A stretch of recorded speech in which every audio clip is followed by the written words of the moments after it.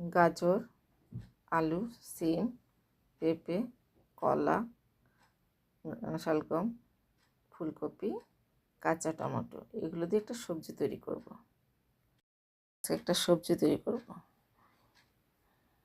এই যে কড়াইতে তেল বসিয়ে দিয়েছি। এই সবজিটা রুটি দিয়ে খাওয়ার জন্য অসম্ভব মজা। আপনারা অবশ্যই করে খাবেন।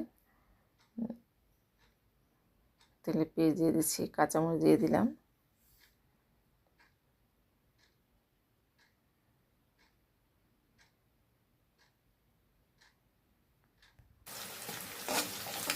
লবণ দিলাম,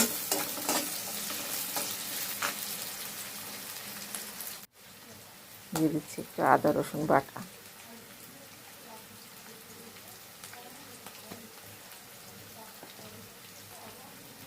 একটু সামান্য হলুদ।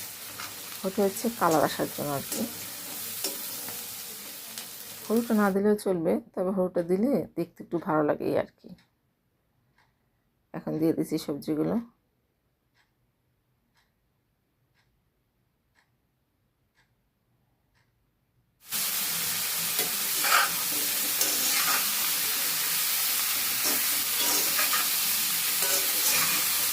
ভালোভাবে নেড়ে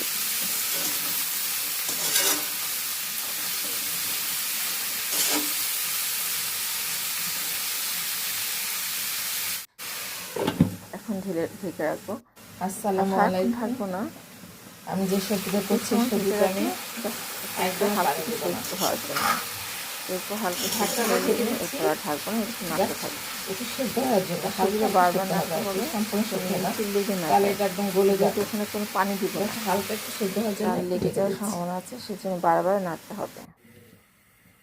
সবজি সেদ্ধ হয়ে গেছে। এখন অন্য একটা প্যানে তেল, পেঁয়াজ আর রসুন দিব,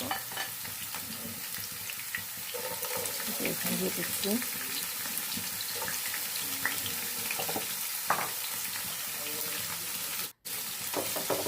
পেঁয়াজ আর রসুনটা ভালোভাবে ভেজে নেব বাদামি হওয়া পর্যন্ত। বাদামি আকার ধান করেছে। এরপর দুটা শুকনো মরিচ দিয়ে দিলাম। যদিও সবজিতে আমি কাঁচামরিচ দিয়েছি, তবে এখানে দুটো শুকনো মরিচ দিবেন, তাহলে খেতে ভালো লাগে।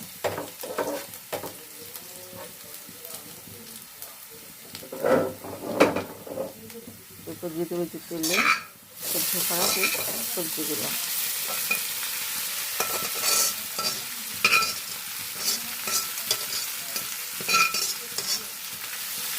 ফোড়নের সাথে ভালোভাবে নেড়ে ছেড়ে দিব। নেড়ে দিয়ে একটু ভাজা ভাজা করবো।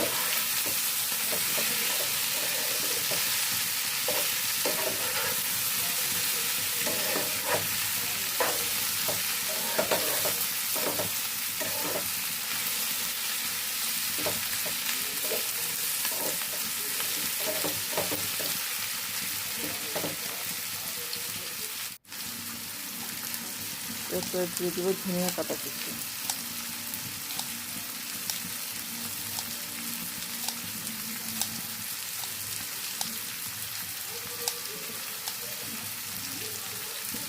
আশা করছি বাসায় সবাই তৈরি করে খাবেন। এই অসম্ভব ভালো লাগে সবজিটি।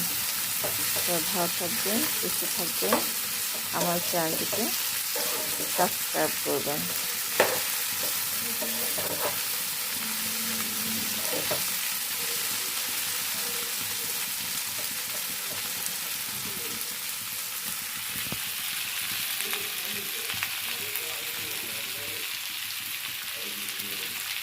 আল্লাহ হাফিজ।